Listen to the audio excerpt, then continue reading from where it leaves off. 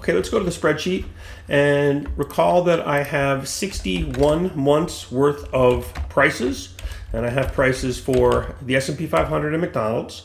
61 months worth of prices gives me 60 months worth of returns. And remember, I'm regressing returns on returns. I want to know how the return of the S&P 500 affects the return of McDonald's, the changes in price.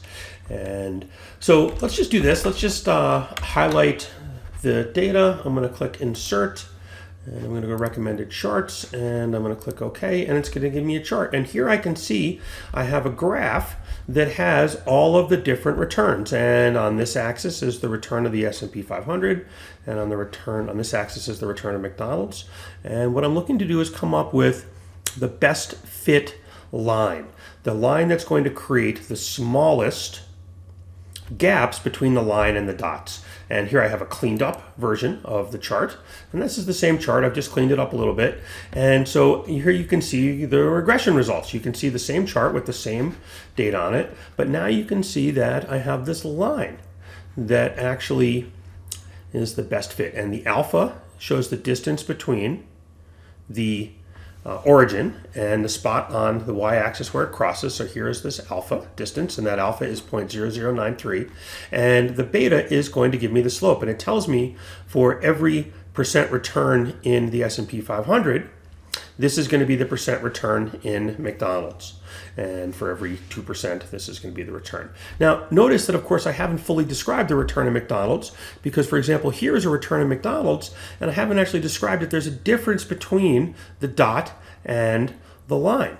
So to get to this particular spot, I go alpha, the return of the market, times the beta brings me to here.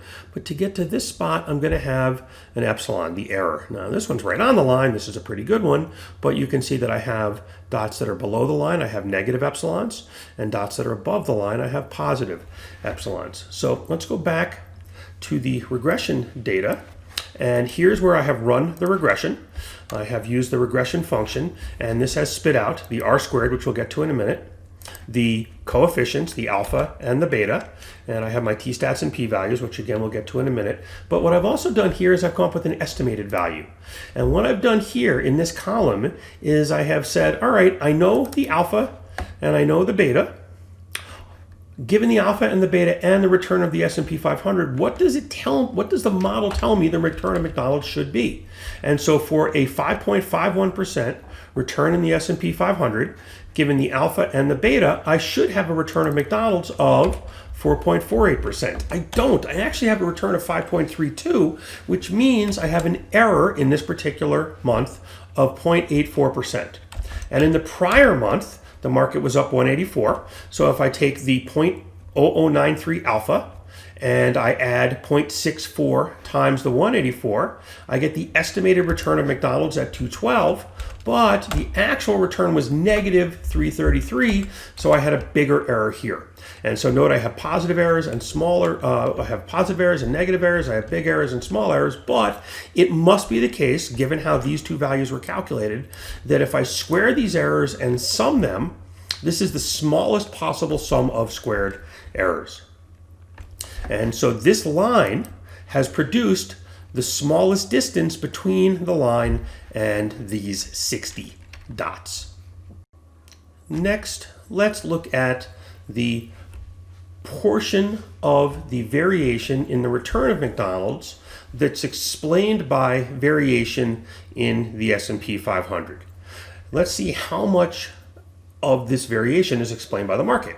And so what we're looking at here is the R squared. First, I want to look at this thing called the multiple R. And the multiple R is actually just the correlation. If I compute the correlation between the S&P 500 and McDonald's, I get this multiple R. And if I square this number, if I take the square of the correlation, I actually get the R squared. And so note this cell is actually just equal to this, and that's equal to the R squared. So one way to compute the R squared is to just take the square of the correlation. And I get 30.40%. And what that tells me is that 30% of the variation of McDonald's return is explained by the market return. The rest is idiosyncratic, and that is 69.60%.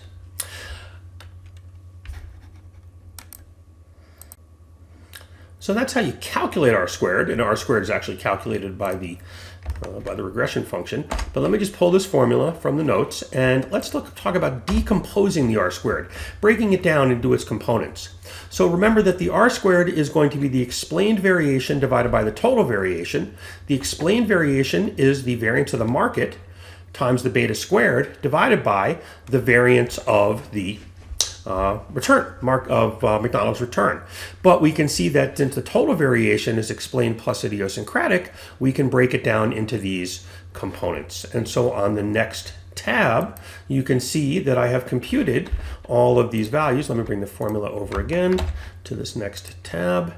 And here it is. And so here I have the variance of McDonald's, and we're using population variance because remember this is going to be the total variation of the values that go into this input.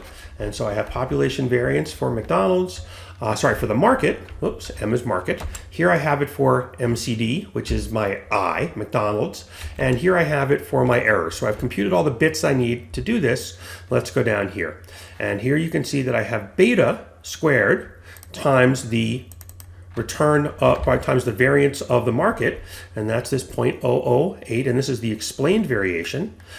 Here I have the total variation, and the total variation is this 0.0025, and I can also see it's the sum of this portion and that portion. This and this is going to give me my 0.0025.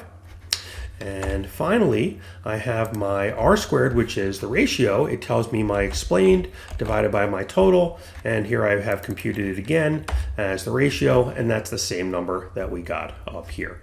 And so all we're doing is we're just showing that the R squared is the explained variation divided by the total variation. One last thing, just to do it, if you remember in chapter, in the last chapter, in chapter number 9, we defined the beta. We said that the beta was actually equal to the correlation times the product of the standard deviations. That was equal to beta. And so here I have the correlation, which is the 0.5513. Here I have the standard deviation of McDonald's. Here I have the standard deviation of the S&P 500, and note that to get my beta, you can see that I have a ratio of standard deviations. McDonald's is actually riskier in terms of total risk than the market, but because it has a low correlation, I end up with a beta of 0.6437. The last thing that's on this spreadsheet is this, and this is just a function that you can use to compute the beta of a stock, the slope coefficient, without running the whole routine. And the nice thing about this is it's a live function. I can copy and paste across different data, and it will update. So this is a live function. This is just a fixed number. And so if this data changes, this number doesn't change, but this is not, this is a live function. If this data changes, this number will change. And I've calculated the 36-month beta as well because the 60-month and 36-month are the two most common time periods that people use when they calculate beta. This is going to be useful because we're going to do an exercise later on that's going to require us to calculate a lot of betas for a lot of different stocks. And so instead of running this routine 60 times, we can just use this function and copy and paste.